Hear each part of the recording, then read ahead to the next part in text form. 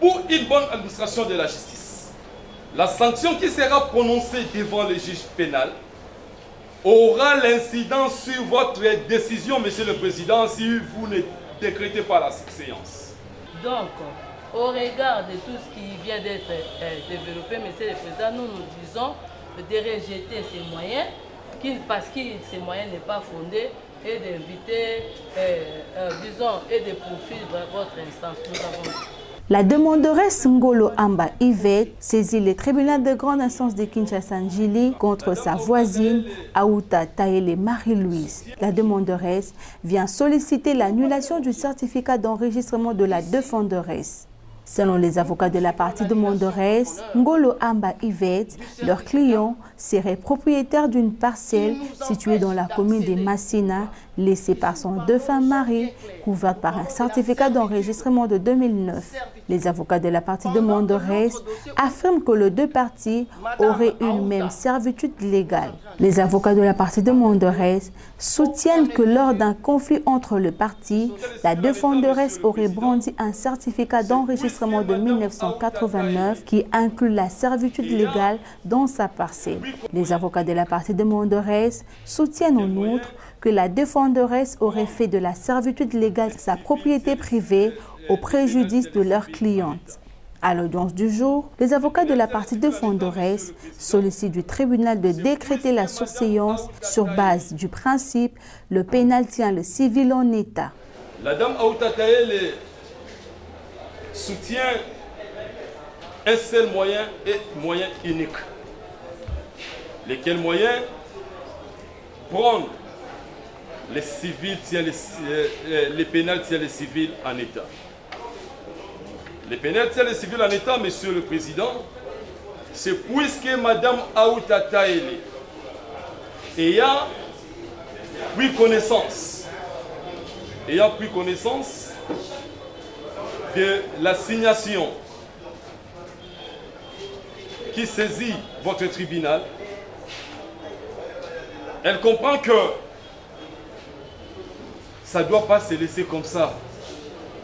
Elle saisit le tribunal de paix de Kinshasa-Njili sous RP 2103. Pour quelle fin? Pour constater, le tribunal puisse constater que Mme Ngolo Yvette a marché sur les prescrits des articles 124 et 126. Faux en écriture et usage de faux. Pour une bonne administration de la justice, la sanction qui sera prononcée devant le juge pénal aura l'incidence sur votre décision, Monsieur le Président, si vous ne décrétez pas la séance. À ce moment-là, nous serons devant deux jugements qui ne diront pas la même chose. C'est ainsi, la dame Aouta Taele vous présente les moyens uniques, le pénal tient les civils en état, aux fins de décréter la séance de la cause, en entendant que le procès pénal soit vidé. Par ces motifs, plaise à votre tribunal de décréter la séance de la cause de l'affaire sous RC 3841 et ce sera justice. J'ai dit. Madame Yvette Amba Ngolo vous a saisi pour l'annulation du certificat de la demanderesse sur exception. Les avocats de la partie demanderesse, pour leur part, demandent au tribunal de constater que les deux affaires n'ont pas le même objet et qu'il n'y a pas lieu de décréter la surséance. Ils sollicitent du tribunal de rejeter le moyen soulevé par la partie défenderesse. Les deux affaires n'ont pas le même objet. Ils n'ont pas le même objet.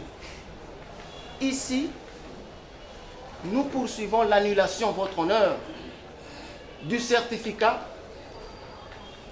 qui nous empêche d'accéder au boulevard. Ici, nous sommes bien clairs. Nous parlons de la servitude. Servitude. Pendant que l'autre dossier où Madame Aouta nous a trait en justice parlait de faux en écriture et son usage pour les documents délivrés par la commune, bien entendu, portant sur une maison commerciale érigée sur l'emprise de l'État. Donc, les faits sont diamétralement opposés. En conséquence, nous demandons à votre tribunal de rejeter ces moyens et nous inviter à aborder le fond. Le tribunal de paix est saisi pour le faux en écriture et de son usage, Monsieur le Président. L'objet n'est pas le même, Monsieur le Président. Le ministère public, dans son avis, sollicite du tribunal de rejeter le moyen soulevé par la partie défenderesse. Donc, au regard de tout ce qui vient d'être développé, Monsieur le Président, nous disons de rejeter ces moyens, parce que ces moyens n'est pas fondé, et d'inviter, disons, et de poursuivre votre instance. Après avoir entendu toutes les parties et l'avis du ministère public, le tribunal clôt les débats et prend le moyen soulevé en délibéré pour se prononcer dans le délai de la loi. Le débat pour une décision qui interviendra au plus tard au 8 janvier 2024.